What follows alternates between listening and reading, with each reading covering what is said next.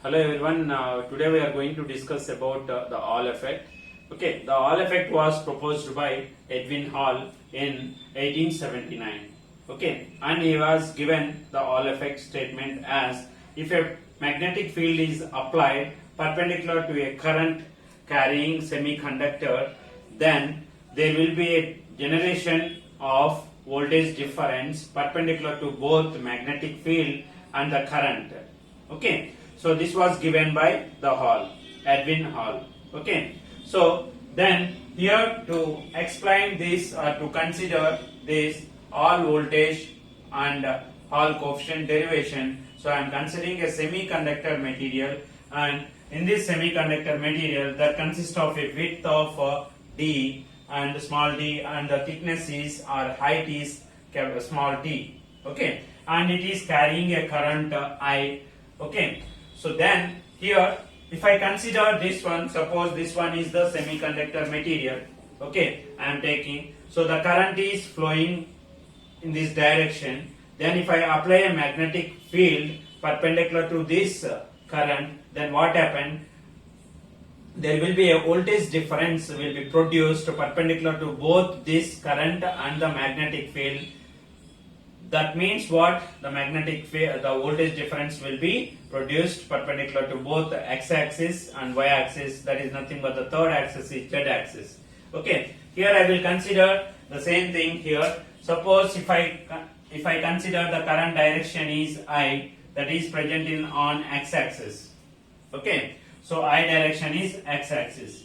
Then what I am doing here is, according to Hall statement, so a magnetic field is applied perpendicular to this. Magnetic field is applied perpendicular to this. That is y. Magnetic field is applied perpendicular to this current. Suppose this one is the magnetic field. Then what happened here? There will be a voltage difference will be obtained perpendicular to both this magnetic field and this current. That means what? On z direction there will be a voltage difference will be produced. Okay, so that is the statement given by the Hall. Okay, so here I am taking an x-axis the current, and perpendicular to that on y-axis I am applying the magnetic field. Then what happened is a voltage difference will be produced perpendicular to both these I and B. So that will be considered in the z-axis. Okay, so that is the voltage difference we have. The same thing I have represented diagrammatically on this semiconductor material. Okay, so here I am applying a magnetic field perpendicular to this current that is flowing. Then here I have indicated that perpendicular to this magnetic field, and at the same time the current, that is nothing but the Hall voltage or the voltage difference that is produced. Okay, so this is the diagram for the calculation of Hall voltage and at the same time Hall coefficient. Okay, so here if you observe that whenever a current is flowing, then automatically we can say that the electrons are moving, or electrons flow is nothing but a current flow. Okay, so therefore the current flow is existing here, and that means the electrons are moving from this point to this point. Okay, then what happened here? If I apply a magnetic field, some magnetic force will be obtained, and most magnetic force will be applied on the electron, and at the same time a voltage difference will be produced. That means what? The electric field also produced. Okay, because of that, on the electron that is present in the semiconductor, we have two types of forces. One is the magnetic force and another one is the electric force that is produced. Okay, so here how you can calculate the magnetic force or magnetic what is the equation of that magnetic force that is applied on the electron. So if you consider Fb is the magnetic force applied, then we have the equation that VQV. Okay, the magnetic force applied on the electron is VQV. Here V is nothing but the drift velocity. Okay, I already defined in the previous class that what is drift velocity or what is the drift process means. Whenever a current is produced due to the external electric field, that current is called as drift current, or we can also say that if there is a movement of electron or flow of electrons is taken place, because of external electric field. That may be a magnetic field or that may be an electric field, but external electric field or magnetic field. Okay, so then that type of process is called as drift process. Due to that external electric field or magnetic field, the electron will gain some velocity. That velocity is called as what? Drift velocity. Okay, so that's what here I have represented. Here V is nothing but the drift velocity due to the magnetic field that is acquired by the electron. Okay, so that is the point you have to remember here. V is the drift velocity and Q is the charge of the electron and V is nothing but the magnetic flux density. Okay, so this is the magnetic force that will be applied on the electron. Okay, now what we have to consider? We have to consider what is the electric force that will be applied or the produced, okay, on the electron is nothing but due to the movement of electron here, some electric field will be produced. Due to that electric field, some electric force also applied on the electron, and that electric force I am taking as here Fe. Okay, Fe is equal to Eh into Q. What is Eh? H, why I am using this one is E is nothing but the electric field intensity, but H represents the Hall effect. Okay, so that's why here Fe I am taking as Fe is equal to Eh into Q. Okay, but here we have to consider the equilibrium condition. At equilibrium condition, the magnetic force that is applied on the electron is equal to the electric force that will be applied on the electron. Therefore, we can say that the magnetic force is equal to the electric force at the equilibrium condition. Okay, so therefore Fb is equal to Fe. We already defined that Fb as BQV and Fe as EHQ. Okay, so if I equate Fb and Fe, automatically here BQV is equal to Eh into Q. Okay, so on both sides we have the Q, that is the charge of the electron, so I can cancel on both sides, and the remaining terms what we have is Eh is equal to Bv. Okay, Eh is equal to Bv. So this equation I am taking as equation number 1.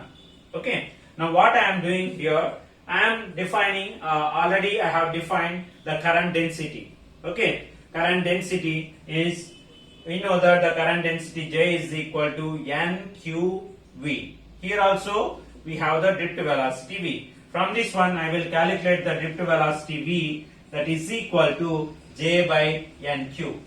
Okay, V is equal to J by NQ. So therefore the drift velocity and the current density relation is V is equal to J by NQ. But here if you consider the equation 1 here, we have the V. Okay, but we got the V value as V is equal to J by NQ. Substitute this V value in equation number 1. Okay, then what you will get? Substitute V is equal to J by NQ in equation 1. So in place of V we will substitute, so that Eh is equal to B into J by NQ. Okay, so that's what I have written. Eh is equal to Bj by NQ. Okay, so this equation I am taking as equation number 2. Okay, but we know that this one you already learned in 10th and intermediate. Okay, so that E is equal to V by D. We all know that E is equal to V by D. Okay, so E is electric field intensity and V is the voltage difference, and by D is nothing but the width or the distance. Okay, so therefore I am using this equation, basic equation, to calculate the relation between electric field intensity and Hall voltage. Okay, so here Eh is equal to Vh by D. Okay, so what we consider, D is nothing but the width of the semiconductor material. Here D is the width of the semiconductor and Vh is all voltage. Okay, then what is the relation between Eh and Vh is Eh is equal to Vh by D. Okay, now what I am doing is, instead of this Eh, I am substituting Vh by D in the equation 2. Okay, what you will get? Substitute Eh is equal to Vh by D in equation 2. So here Eh we have So in place of that I am substituting VH by D so that I can calculate the Hall voltage equation.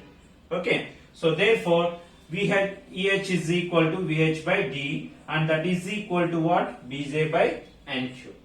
Okay. Understood why I am taking this one? EH is equal to VH by D to find out the Hall voltage equation. So just I am substituting EH is equal to VH by D here. Okay. So but we require what? The Hall voltage equation. Therefore VH is equal to BJ D by NQ. So this D I am taking to this side so that the Hall voltage equation is BJ D by NQ. Okay. So here I am defining the very important point or important quotient, that is nothing but the Hall coefficient. Okay. Here we have what? 1 by NQ. I am separating this one as BJD 1 by NQ, and that 1 by NQ is nothing but the equation of the Hall coefficient. Okay. So let Hall coefficient RH is equal to R suffix H means this one is Hall coefficient, that is equal to 1 by NQ. Okay. So therefore we can substitute directly VH is equal to BJD multiply with 1 by NQ. So I can also write here BJD separately I am writing as 1 by NQ. That 1 by NQ I am taking as RH. Therefore VH or the Hall voltage is equal to Hall coefficient multiply with BJD. Okay. So this is the point or the Hall voltage. What is the relation between the Hall voltage and Hall coefficient? That is VH is equal to RH into BJD. Okay. Now another point I am introducing here, the current density. What is the current density means? That is the current for unit area. Okay. So here I am substituting in place of J, that is equal to I by A. Okay. So just substitute this J value, that is equal to I by A in this one. Okay. So VH is equal to RH into BD. Sorry, here it is I by A. Okay. So because J, in place of J we are substituting that J is equal to I by A. So therefore VH is equal to RH BD. In place of J I am substituting I by A. Okay. Right. So here we have considered width is D and height is T. Then what is the area of cross section is nothing but width into height. Okay. So here A, I am in place of A I am substituting that width multiply with the thickness or the height. So if T is the thickness of the semiconductor or height of the semiconductor, that's what we have represented here. Okay. Then what is the area of that? A is equal to width multiply with the thickness. So the same value you can substitute here so that we will get the Hall voltage equation in terms of thickness also. Till now what we have done is we have calculated the Hall voltage in terms of the width of the semiconductor. Now if you consider this area, that means if T is the thickness of the semiconductor, then we can also define A is equal to width multiply with the thickness. Okay. So therefore if I substitute A is equal to D into T in the above equation, so what I will get?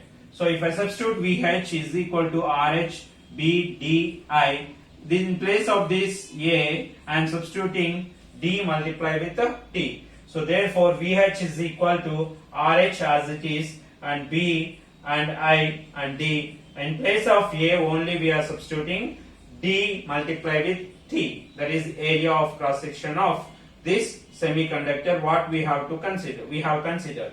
So therefore here D and D will be cancelled. So what you will get? VH is equal to RH BI by T.